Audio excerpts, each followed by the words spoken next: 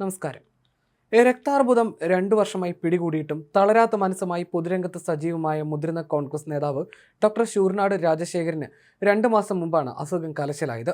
അതുവരെയും പൊതുമണ്ഡലത്തിൽ സജീവമായിരുന്നു. തന്റെ ഉറച്ച നിലപാടുകൾ KPCCയിൽ ഉന്നയിച്ച് പുറത്ത് അച്ചടക്കമുള്ള പാർട്ടിക്കാരനായ ശൂർനാട് പാർലമെന്ററി മോഹങ്ങളോട് വലിയ താല്പര്യം രാഷ്ട്രീയ പ്രവർത്തനത്തിന്റെ തുടക്കകാലത്ത് പ്രകടിപ്പിക്കാത്ത കോൺഗ്രസ് നേതാവായിരുന്നു ശൂർനാട്. കൊല്ലത്തെ കോൺഗ്രസിന്റെ അമരക്കാരനായിരുന്നു. ഒരിക്കൽ ലോക്സഭയിലേക്കും ചാത്തന്നൂർ നിയമസഭയിലേക്കും മത്സരിച്ച ചരിത്രമുണ്ട്. പക്ഷേ ജയിക്കാനായില്ല. കരുണാകരന്റെ വത്സല ശിക്ഷനായിരുന്നു ശൂർനാട്. പക്ഷേ DIC ഉണ്ടാക്കിയപ്പോൾ പോലും കോൺഗ്രസ് വിട്ടില്ല. കരുണാകരനോട് എന്നും ബഹുമാനം സൂക്ഷിച്ച ശൂർനാട് പാർട്ടി വിടാനുള്ള തന്റെ വൈമനസ്യം നേതാവിനെ നേരിട്ട് അറിയിച്ചു. കോൺഗ്രസ് എന്നാൽ തന്റെ അമ്മയാണെന്നും അമ്മയെ വിട്ട് എങ്ങോട്ടും വരില്ലെന്നും ലീഡറോട് പറഞ്ഞ ശൂർനാട് പക്ഷേ എന്നും ഗ്രൂപ്പിനോട് അനുഭവം കാട്ടി. പത്മജ വേണുഗോപാലിനെതിരെ കരുണാകരനുമായി ബന്ധപ്പെട്ട പരാമർശം രാഹുൽ മാങ്കൂട്ടത്തിൽ പറഞ്ഞപ്പോൾ KPCCയിൽ അതിനെ തുറന്നെതിർത്ത നേതാവായിരുന്നു ശൂർനാട്. കരുണാകരൻ DIC ഉണ്ടാക്കുന്നതോടെ കോൺഗ്രസ് അടിമുടി തളരുമെന്ന് കരുതിയവരുണ്ട്. അന്ന് കേരളത്തിലെ മിക്ക DCC പ്രസിഡന്റുമാരും കരുണാകരനൊപ്പം. എന്നാൽ ശൂർനാട് പോയില്ല. ഇതിനൊപ്പം കോൺഗ്രസിന്റെ അടിത്തറ തകരാതെ കാത്തു. കരുണാകരനൊപ്പം ഉള്ളവരെ തിരികെ കോൺഗ്രസിലെത്തിക്കാനും മുൻകൈയെടുത്തു. കഴിഞ്ഞ നിയമസഭാ തെരഞ്ഞെടുപ്പിൽ കൊല്ലത്തെ സീറ്റ് പ്രതീക്ഷിച്ചിരുന്നു. എന്നാൽ ബിന്ദു കൃഷ്ണയ്ക്കാണ് സീറ്റ് നൽകിയത്.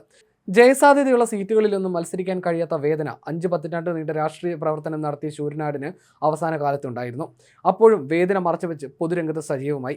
രാഷ്ട്രീയത്തിനൊപ്പം സാമ്പത്തികത്തിലും നല്ല പരിജ്ഞാനമുണ്ടായിരുന്നു. ഏത് വിഷയത്തിലും പ്രതികരിക്കാനും ലേഖനം എഴുതാനും അസാമാന്യ പാടവം കാട്ടിയ നേതാവ്.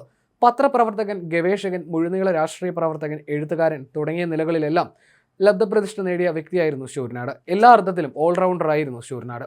നിലവിൽ KPCC രാഷ്ട്രീയകാര്യ സമിതി അംഗവും വീക്ഷണം മാനേജിംഗ് എഡിറ്ററുമായിരുന്നു അദ്ദേഹം. ശൂർനാടിന്റെ ആഗ്രഹപ്രകാരം പൊതുദർശനം ഉണ്ടാകില്ല. മരണശേഷം പൊതുദർശനം പാടില്ലെന്നും മൃതദേഹം മോർച്ചറിയിൽ വെക്കരുതെന്നും അദ്ദേഹം കുടുംബത്തിന് നിർദ്ദേശം നൽകിയിരുന്നു. പത്രപ്രവർത്തനത്തിലൂടെ പൊതുരംഗത്തെത്തിയ വ്യക്തി കൂടിയാണ് അദ്ദേഹം. മികച്ച പത്രപ്രവർത്തകർക്ക് കൊല്ലം പ്രസ് ക്ലബ്ബ് ഏർപ്പെടുത്തിയ രാമചന്ദ്രൻ സ്മാരക അവാർഡിന് അദ്ദേഹം അർഹനായിരുന്നു.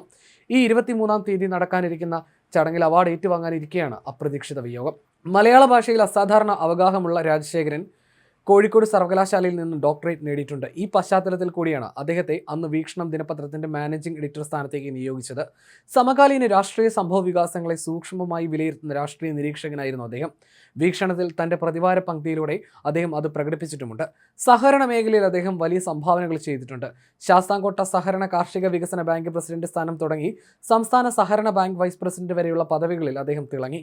മികച്ച സംഘാടകനായിരുന്നു രാജശേഖരൻ. അദ്ദേഹം സ്പോർട്സ് കൗൺസിൽ പ്രസിഡന്റ് ആയിരിക്കെ കേരളത്തിന്റെ താരങ്ങൾ ഏഷ്യൻ ഗെയിംസിൽ മിന്നുന്ന പ്രകടനവും കാഴ്ചവെച്ചിരുന്നു.